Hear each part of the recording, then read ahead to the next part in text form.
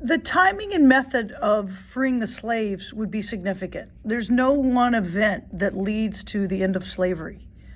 For his part, Lincoln's got to juggle a lot of concerns. He's got to keep control of the border states and the support.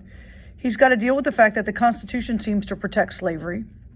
He's got to deal with the prejudice of many Northerners who, although they didn't like slavery, they weren't ready to concede the equality of blacks and whites. And his biggest fear, and this is where I think you see the brilliance of Lincoln as a politician, is that he understood that any action that he took could be overturned by the next election. And so he can't push faster than the public will allow. And he's going to take an incremental approach.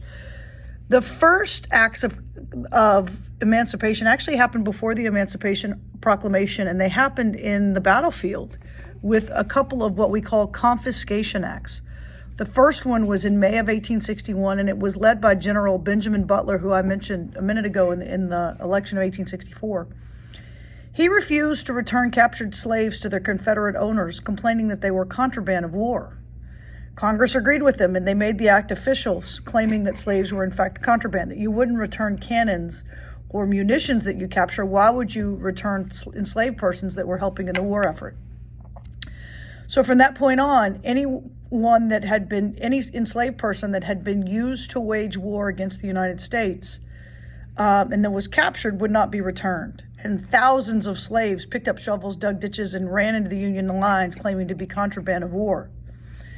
Congress takes the next step with a second Confiscation Act that said that any enslaved person that belonged to a member of the Confederacy would be set free.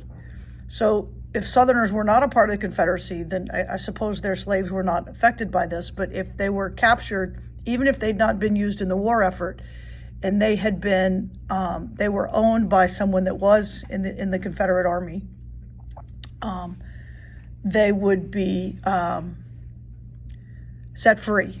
And then the president is also going to authorize the use of the freed slaves to fight on behalf of the Union.